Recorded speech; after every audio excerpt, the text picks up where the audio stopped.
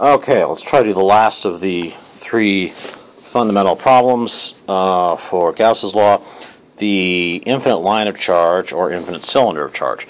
This is really just involves a mix of sort of the techniques we've already done for the plate of charge and the sphere of charge. So there's really not much that should be new here. It's just combining the two things. So I'm going to make this a little faster. So this is infinitely long in either direction. Those are little infinity signs. The charge density is capital Q, your charge, divided by the length over which it's distributed. So the length of this pipe here, or this little cylinder, is L, but it does go on infinitely in all directions, and the charge on it is capital Q. Okay, that's a capital Q, trust me. Okay, so without further ado, the symmetry here, the symmetry points to, come on, the electric field always has to go, come on, there we go. The electric field always has to go radially, so it has to go, if this is your center line axis of the cylinder, the electric field at this point, say, has to go either straight out or straight in. Okay, so it can't go either way, so by symmetry, we'll just call it there, and it's going to be like this. This E here could be positive, could be negative, and can only depend on how far you are from the center line of the cylinder. I'm going to call that little r. So there's our, little r is the length of your r position vector. So the Gaussian surface is going to be a cylinder of radius r, length L. Okay, so it is a cylinder, and let's see, what did I say? Our length L here is like this, so it's going to be like that big. So it's a cylinder of radius little r, which is either bigger than or smaller than your big R. So I'm going to show the case where the cylinder we're wrapping around this infinite line of charge, or infinite cylinder of charge, is bigger, but you could also have it be smaller. So what happens then is that on the surface of the cylinder, this is a very similar argument to the surface of the sphere. On the surface of the cylinder, or on the what I call the tube, so the tube of the cylinder is the round side that goes all the way around. The unit normal vector is equal to the unit radius vector, or the unit r vector. So what that means then is that the electric field vector dotted with the n hat vector is E r hat dot n hat, which just equals E.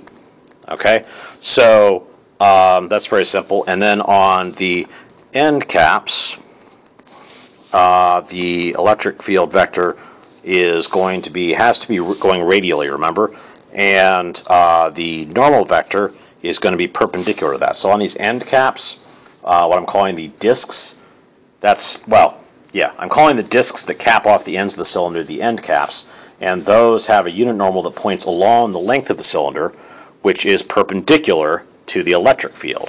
So that's going to have to equal 0. Okay, the flux through them is going to have to equal 0. So what you're going to have here basically is you're going to have this Gaussian tube, or this Gaussian cylinder, sorry, and there's going to be three surfaces. There's what I call the tube surface, which is like that, and then there's the end cap at the left end and the end cap at the right end. So phi through the left end cap is going to equal 0. Flux through the right end cap is also going to equal 0, and flux through the tube is going to equal the surface area of the tube times the magnitude of the electric field, because the electric field will always be pointing perpendicular to that round surface. So the area there is going to be, it's the circumference of a cylinder going all the way, or sorry, the circumference of a circle going all the way around at a radius of little r, so it's going to be 2 pi r times the length of the cylinder. So there's your area. So your total flux, well, so anyway, you can plug that into here for the tube flux, so it's going to be 2 pi RLE. this thing here is going to be 2 pi RLE. So the total flux of the whole thing is the flux through the left end cap plus the flux through the right end cap plus the flux through the tube, which is going to be 0 plus 0 plus 2 pi RLE. Okay, so finally our total flux, when we apply Gauss's law, it's the last step of the whole thing, is going to be the enclosed charge divided by the divided by epsilon naught, sorry. So that is going to mean that 2 pi RLE is equal to the enclosed charge divided by epsilon naught, which means then our electric field on this surface is going to be, let's see, right, the enclosed charge divided by 2 pi RL epsilon naught. So taking that a step further, this is one of those cases where it's, let's see, so 1 over 2 pi epsilon naught is also, hang on, it's 2k. This k is 1 of, right, okay. So it's going to be 2k over r times q enclosed, which means your electric field around this guy, the magnitude of it will be 2k over r, wait a minute, RL, sorry.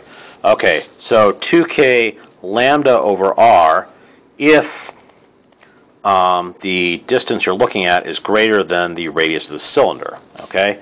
Or it's going to be equal to 0 if the distance, the radius you're looking at is less than the radius of the cylinder. So again, like with the sphere and the shell theorem, if you're looking at a position inside this cylinder of charge, so the cylinder is covered with charge all the way around, if you're looking at a position inside it, then the electric field will be 0 inside.